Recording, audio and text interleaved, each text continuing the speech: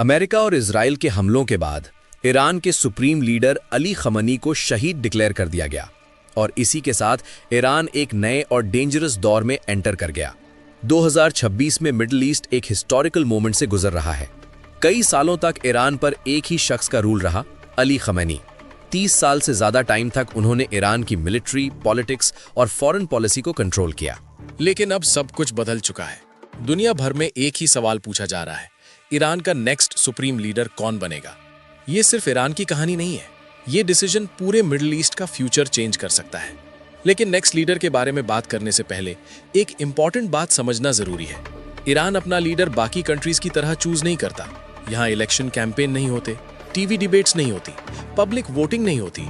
यहाँ डिसीजन होता है बंद कमरों के अंदर, सीक्रेट मीटिंग्स में।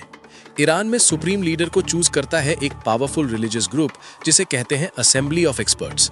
इस ग्रुप में लगभग 88 इस्लामिक क्लेरिक्स होते हैं। ये क्लेरिक्स पब्लिक के थ्रू इलेक्ट होते हैं, लेकिन असली सिस्टम यहाँ से शुरू होता है। असेंबली का मेंबर बनने से पहले कैंडिडेट को अप्रूव करता है एक और पावरफुल सिस्टम जिसे कहते हैं गार्डियन काउंसिल। ये काउंसिल डिसाइड करती है कौन इलेक्शन लड़ सकता है, मतलब सिर्फ ट्रस्टेड लोग ही सिस्टम में आ सकते हैं। इसलिए ईरान का लीडरशिप सिस्टम हमेशा कंट्रोल रहता है। जब सुप्रीम लीडर की डेथ होती है, assembly of experts secret meeting करती है। ना कैमरा होता है, ना मीडिया होती है, ना पब्लिक को पता चलता है। अंदर डिस्कशन होता है, डिबेट होती है, नेगोशिएशन होती है और फिर वोट होता है। एक वोट, एक नाम, एक नया सुप्रीम लीडर। जब तक नया सुप्रीम लीडर सिलेक्ट नहीं होता, तब तक ईरान टेम्परेरी सिस्टम से चलता है। सीनियर लीडर्स कंट्री को हैंडल करते हैं, लेकिन सबको पता होता है असली पावर किसके पास होगी। सुप्रीम लीडर ही ईरान का सबसे पावरफुल आदमी होता है।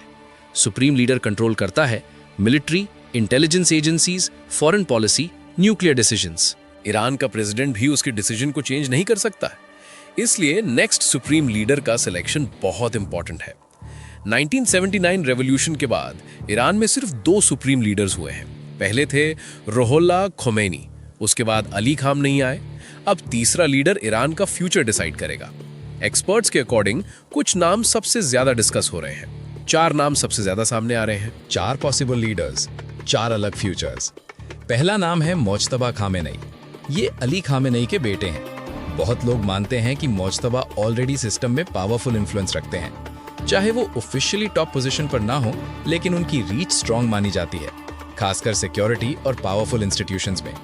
सपोर्टर्स का कहना है कि वो सिस्टम को अच्छी तरह समझते हैं और स्टेबिलिटी ला सकते हैं। लेकिन प्रॉब्लम भी है, ईरान कोई मोनार्की नहीं है। अगर पावर फादर